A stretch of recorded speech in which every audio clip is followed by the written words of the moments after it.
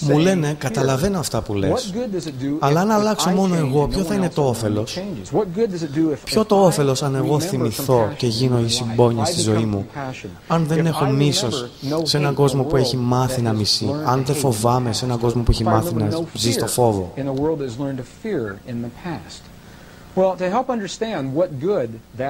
Για να κατανοήσουμε τι όφελος έχει αυτό, θα σας δείξω ένα σύντομο βίντεο.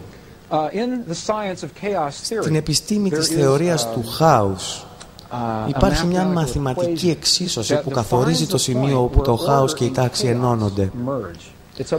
Είναι σαν μια μεμβράνη όπου συναντώνται η τάξη και το χάος. Μέχρι πρόσφατα ήταν ένα θολό θεωρητικό νόημα, αλλά σήμερα μπορούμε να βάλουμε τον μαθηματικό τύπο μέσα σε ένα γρήγορο ηλεκτρικό υπολογιστή και να πάρουμε μια εικόνα του πώς φαίνεται αυτός ο τύπος.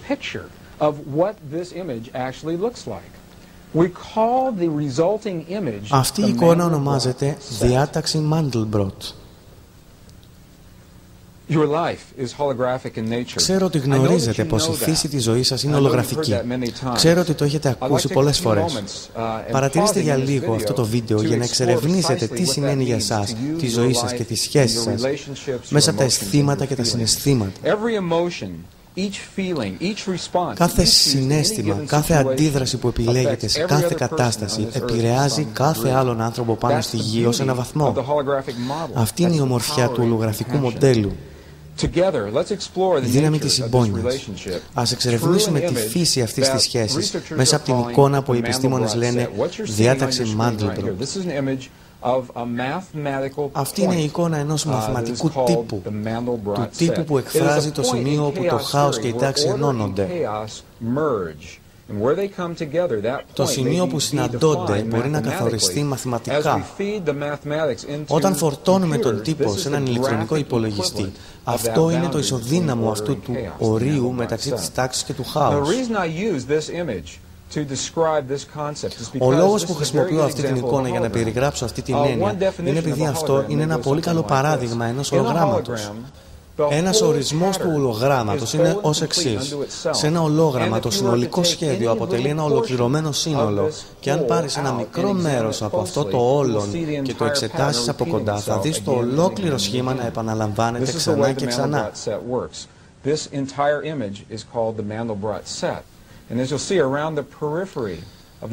Στην περιφέρεια της διάταξης Mandelbrot βλέπετε πολλά μικρότερα σχήματα, τα οποία είναι όλα μικρά Mandelbrot. Θα ζουμάρουμε μέσα σε αυτή την εικόνα για να δείτε το σχήμα να επαναλαμβάνεται ξανά και ξανά.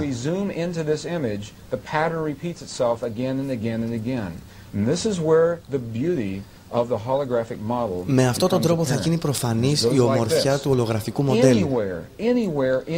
Οπουδήποτε σε αυτό το σχέδιο, εάν αλλάζαμε ένα μικρό στοιχείο σε οποιοδήποτε από αυτά τα ολογράμματα, τα μικρά Mandelbrots, αυτή η αλλαγή θα καθευτιζόταν σε ολόκληρο το σύστημα.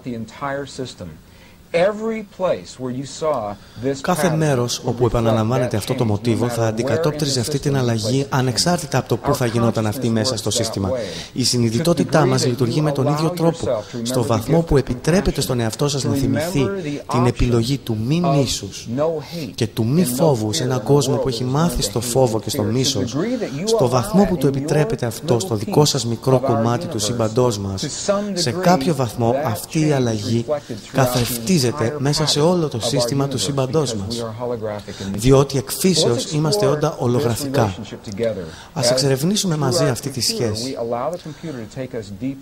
Ο υπολογιστής μας θα μας ταξιδέψει βαθιά μέσα σε αυτό το μοντέλο.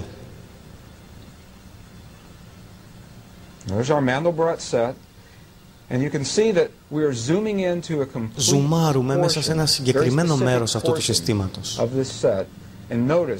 Δείτε ότι κατά μήκος της περιφέρειας των άκρων βλέπετε πολλά Mandelbrot. Ακούγοντας τη μουσική είναι σχεδόν σαν διαλογισμός, καθώς προχωράμε σε αυτό το δυναμικό σχέδιο, το μοντέλο που αντιπροσωπεύει τη συνειδητότητά μας. Βλέπετε όλα τα μικρά Mandelbrot να διατάσσονται το ένα δίπλα στο άλλο. Κάθε αλλαγή σε οποιοδήποτε από αυτά θα καθρεφτιζόταν σε όλο το σύστημα. Κάτι πολύ ενδιαφέρον θα συμβεί καθώς προχωράμε όλο και πιο βαθιά στο εσωτερικό αυτού του σχήματος. Το βλέπουμε να επαναλαμβάνεται ξανά και ξανά. Κινούμαστε προς ένα τελικό σημείο. Καθώς το προσεγγίζουμε, θα δείτε ότι τελειώνουμε με το ίδιο σχέδιο με το οποίο αρχίσαμε. Οι σχέσεις σας λειτουργούν με αυτόν τον τρόπο. Η ζωή σας λειτουργεί με αυτόν τον τρόπο. Τα μοτίβα είναι μέσα σας, όπου και αν πάτε. Όσο βαθύτερα μέσα στη ζωή σας και αν κινείστε, ή όσο πιο πολύ προσπαθείτε να απομακρύνετε αυτά τα μοτίβα από τη ζωή σας. Είστε εκφύσεως ολογραφικοί, ανεξάρτητα του πού πηγαίνετε, σε ποιο μέρος του κόσμου, της χώρας, ανεξάρτητα του σε πόσες σχέσεις μπαίνετε ή βγαίνετε, πόσες φιλίες επιλέγετε να ξεκινήσετε ή να τελειώσετε. Αυτά τα μοτίβα παραμένουν, γιατί είναι εκφύσεως ολογραφικά. Και κοιτάξτε πως καθώς πλησιάζουμε στο τέλος της ζωής αυτής της μαθηματικής εξίσωσης, αυτού του μαθηματικού μοντέλου, τελειώνουμε με το ίδιο ακριβώς πράγμα με το οποίο αρχίσαμε, τη διάταξη Mandelbrot. Άσχετα με το πόσο βαθιά μέσα στο σχέδιο προχωράμε, αν ξαναρχίζαμε τώρα να πάμε μέσα σε αυτό το σχέδιο, θα βλέπαμε ακριβώς το ίδιο πράγμα να συμβαίνει ξανά.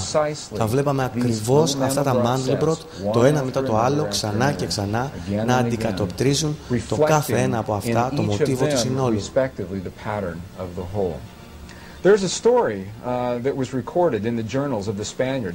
Υπάρχει μια ιστορία που γράφτηκε στα ημερολόγια των Ισπανών που ήρθαν να εξερευνήσουν τον καινούριο κόσμο. Όταν ερευνούσαν τους πιθανούς τρόπους του πώς να φτάσουν στο νέο κόσμο, πρόκειται για μια συνάντηση με μια ηθαγενή φύλη στο νότιο άκρο της Αφρικής, με έναν ηθαγενή σαμάνο που δεν είχε δει λευκούς ανθρώπους ποτέ πριν. Δεν είχε δει τα πλοία και τα κατάρτια και τα πανιά πριν. Ο σαμάνος ρώτησε «Από πού έρχεστε?» Οι Ισπανοί έδειξαν προς το πλοίο και ο σαμάνος είπε «Ποιο πλοίο?» The tribal shaman looked at them and he said, "What ship?" Γιατί παρόλο που τα μάτια του κοιτούσαν το σχέδιο του μεγάλου ξύλινου πλοίου με τα μεγάλα καραβόπανα, αυτά ήταν τόσο ξένα στα δικά του πλαίσια αναφοράς, που δεν αναγνώριζε αυτά τα σχέδια.